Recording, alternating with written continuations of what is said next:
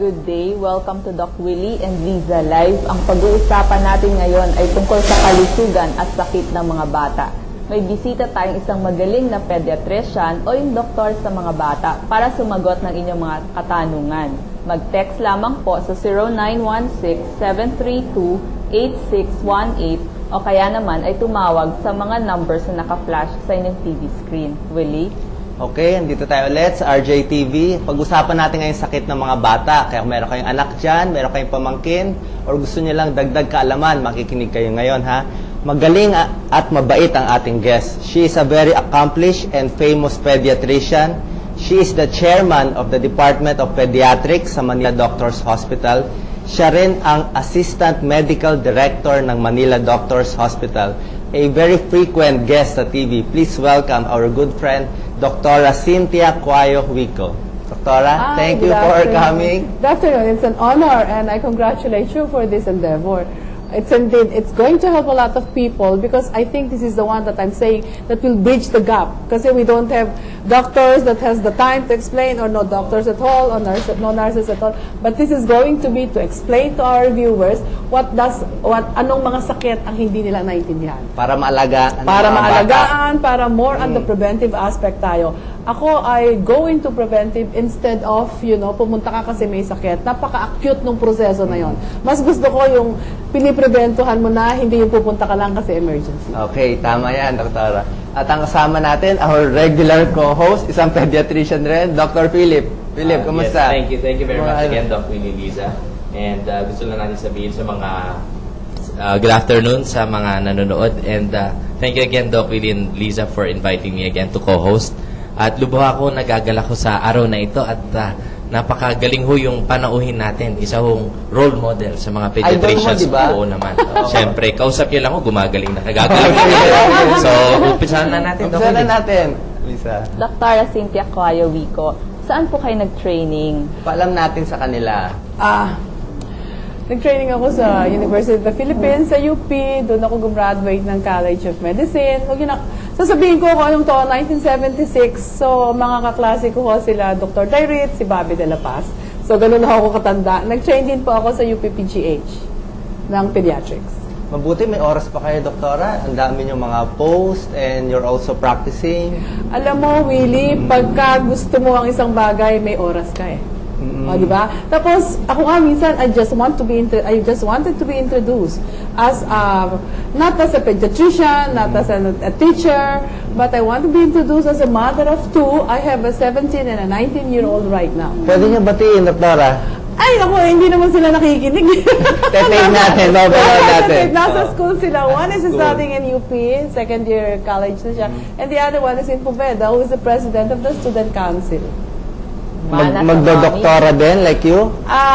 Hindi namin siya pinipilit, pero kagaya yun, she's into community in their Poveda, yung kanilang outreach program, and she's inviting us, me for example, to talk on sex education among the teenagers in their community. Importante yan, that's a nice Napaka-importante. Yeah.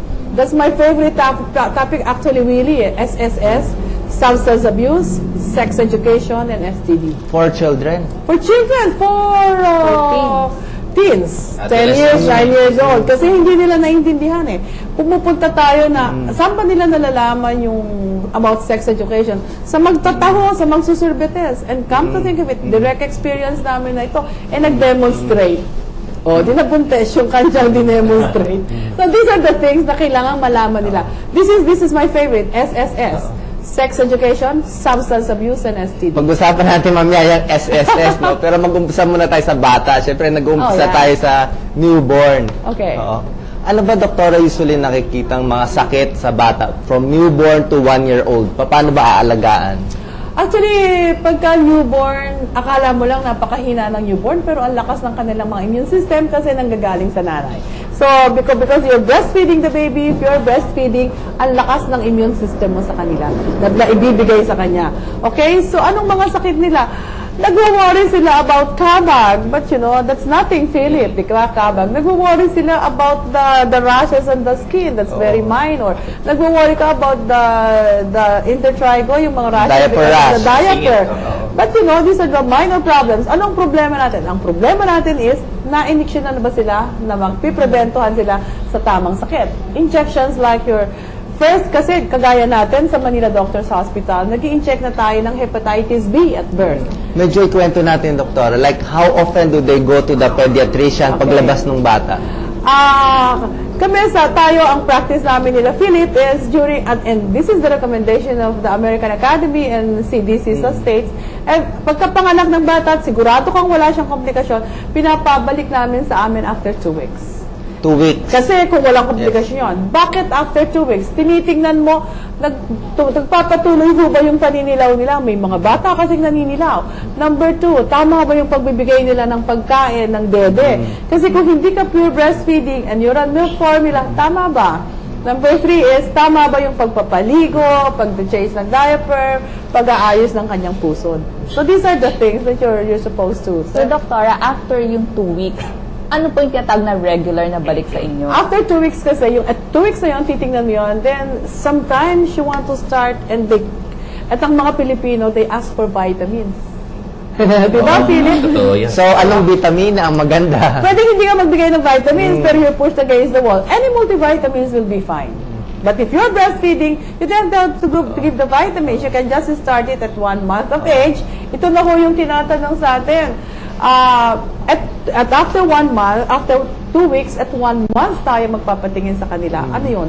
Kasi at 1 month, kailangan na silang mabigyan ng second dose ng hepatitis B. Okay? At 2 months, kailangan malaman na natin kung humahaba ba sila, bumibigat ba sila. So these are the things that you're supposed to do. May tatanong lang ako, Doktora. Medyo controversial hindi ko lang alam. Mas maganda ba talaga yung breastfeeding kaysa sa mga infant formula? Kahit na ano ang gawin ng infant formula makers ng kanilang manufacturer, kaya dito sa Amerika, sa Europe, sinabi nila, nilalagyan nila ng DHA, nilalagyan nila ng kung ano-anong mga sangkap na that will approximate the breast milk. Pero ang tanong dyan, na-absorb ba ng bata? So the absorption, na-dinedi nga nila coming from the formula, pero hindi mo alam kung na-absorb yung mga DHA, mga kung ano-anong additive nilang gano'n, A+, mga kung ano-ano. So even the probiotics, na-absorb ba yan? O hindi. Now, the breast milk, una, it's always available. It is made for the children. It is made for the child. Number 3, yung immune system niya, especially yung nasa hospital pa lang yung nanay, sasabihin mo, kailangan magpadede ka na, yung colostrum, yung pinakamalapot, kailangan madede na niya agad yun. So, pag nadede na niya yun, ang immune system niya, mataas na ang protection. Ang kanyang, hindi siya madaling magsipon, hindi siya madaling magtae, hindi siya madaling magkasakit. Pagkatapos, napakalapot nun, dumede lang yung 3, 4, 5 sip-sip, matutulog na yun the whole day. I mean, ganun kalapot siya agad. So, it's always available, it's very cheap, ang temperature niya, hindi mainit, hindi malamig. Ang breast milk, nakakapag-protect pa siya sa bata sa lahat ng klase ng sakit. And number 5 is, it's always, it is contained in a very nice container. So, steril na and mura pa. Mura pa.